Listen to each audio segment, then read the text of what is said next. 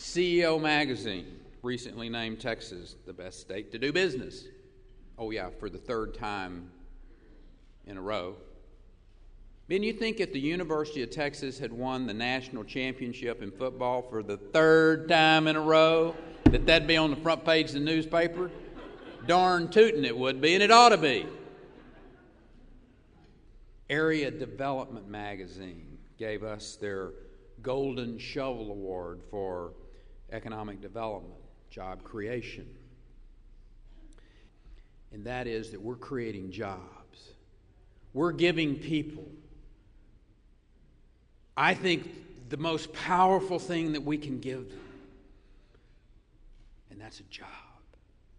Their job that they earned, that they take care of their family with, improve the quality of life for them.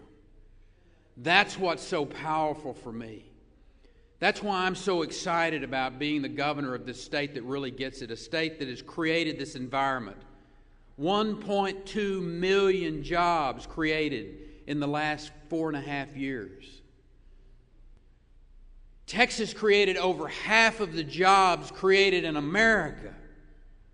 Now that's a powerful number. When you think about that.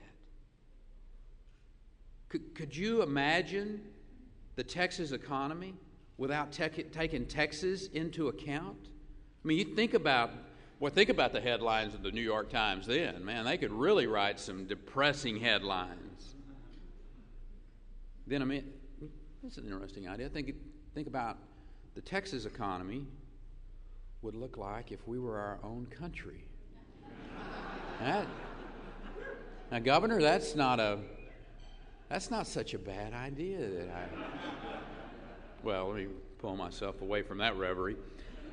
Interesting thought, but the fact of the matter is we're here to stay, and Texas is a great and a wonderful place, and America's better off for it. You know, one of the things that CNBC wanted to kind of take this conversation over into, well, you know, Texas is number one, and y'all passed Virginia because you got that oil and gas industry. That's got to be it in the handbasket. There can't be anything else. I said, don't get me wrong. I am greatly appreciative and a great supporter of the oil and gas industry in the state of Texas. I hope it continues to do well, and I hope we discover new sources of oil and gas, and we continue to help America. Because the fact of the matter is we need to be exploring and finding more sources of domestic oil and gas in this country. I'm tired. My friend Boone Pickens is right. I'm tired of seeing billions and billions of dollars leaving America and going to countries that, quite frankly, don't much give a tinker's damn about us. I want to see us looking for more and alternative sources of energy. And I hope Texas is the place that it happens. I hope that people understand we're already the number one wind energy producing state in America. Why can't we be the number one solar energy producing state in America? Why can't we be the number one biofuels producer? Why can't we be the alternative fuel capital as well, and to support our oil and gas industry to the hilt so that America can be dependent on themselves? People have this really interesting in their mind's eye about what Texas is. And because our state has, we've really transitioned here in the last 10 or 15 years. And you think about 1984. Michael, you were up in Colorado in the mid-'80s, and the Texas economy was starting down because we were focused on basically three things: the agriculture industry, oil and gas industry, and real estate. That was the big three in Texas.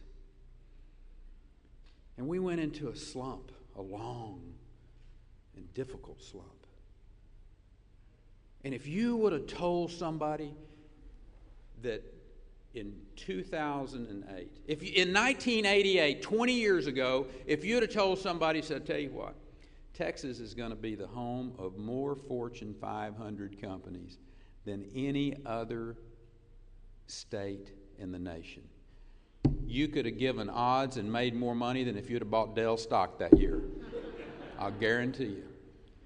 That's the powerful thing that has occurred in this state. We have diversified. We have become a state that is a powerful economic engine the number one state in America to do business. Yeah, I see, these are things to brag about because we've been working for a long time to see today get here. John, when you were in the Senate and we were creating our public school accountability system, as we dealt with our budget in 2003, Gene, and we passed that tort reform in 2003 that I will suggest is a very powerful part of the Texas economic revival. I happen to think